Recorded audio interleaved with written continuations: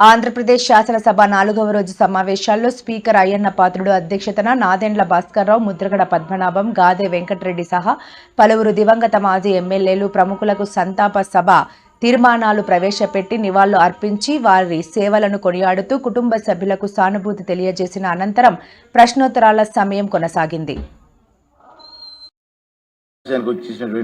సభ్యులందరికీ స్వాగతం, సుస్వాగతం. ముందుగా కొన్ని సంతాప ప్రతిపాదనలు ఉన్నాయి. అది ముగిసిన తర్వాత మనకు వచ్చిన వరకు వెళ్దాం.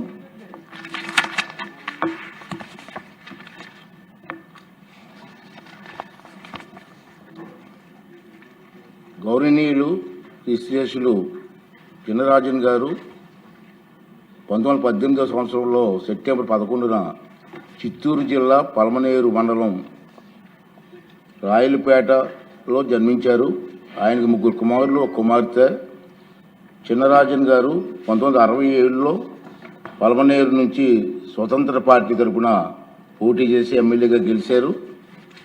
చినరాజన్ గారు స్వాతంత్ర సమరయోధులు మరియు భూదానోద్యమంలో తనకున్న 10 ఎకరాల భూమిని ప్రభుత్వానికి ఇచ్చిన సంగతి కూడా మనకు తెలుసు. ఆయన ఈ సందర్భంగా ఈ సంవత్సరంలో మార్చి 20వ తేదీన స్వర్గస్థులయ్యారు. అదేవిధంగా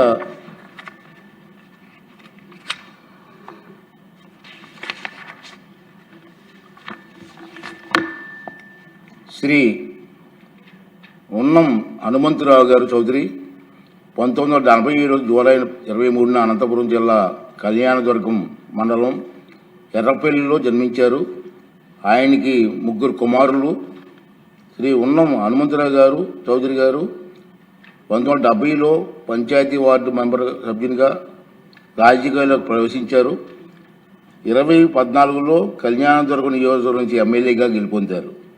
ఆయన ఈ సంవత్సరం మార్చి 21వ తేదీన స్వర్గస్థులయ్యారు. అదేవిధంగా గౌరవనీయులు శ్రీ నాదెండ్ల భాస్కర్రావు గారు 1935వ సంవత్సరం జూన్ 23న గుంటూరు జిల్లా కొల్లూరు మండలం దోనేపూడిలో వెంకయ్యమ్మ దంపతులకు జన్మించారు. ఆయనకి 2 కుమారులు. 1978లో విజయవాడ తూర్పు నియోజకవర్గం నుంచి తొలిసారిగా ఎమ్మెల్యేగా ఎన్నికయ్యారు. తిరిగి 1983లో గుంటూరు జిల్లా వేమూరు నుంచి ఎమ్మెల్యేగా ఎన్నికయ్యారు. 1989లో తెనాలి నుండి 9వ శాసనసభకు ఎమ్మెల్యేగా ఎన్నికయ్యారు.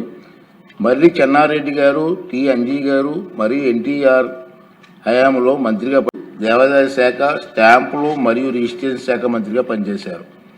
ఈ గాదే వెంకటరెడ్డి గారు న్యాయవాదిగాను, వ్యాపారవేత్తగాను, రాజకీయ నాయకుడిగాను ప్రస్థానం సాగించారు.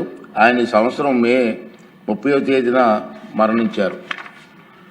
అదేవిధంగా జిఎస్ రావు గారు 1936వ సంవత్సరం ఫిబ్రవరి 1వ తేదీన తూర్పుగోదావరి జిల్లా తాళ్లపూడి మండలం పెద్దేవం గ్రామం శ్రీ గెడ్డం సీతన్ననాయుడు బుల్లెమ్మ దంపతులకు జన్మించారు. ఆయన 2 కుమారులు, 1 కుమార్తె. ఈఎస్ రావు గారు 1962లో విద్యార్థి సంఘం నాయకుడిగా పనిచేశారు.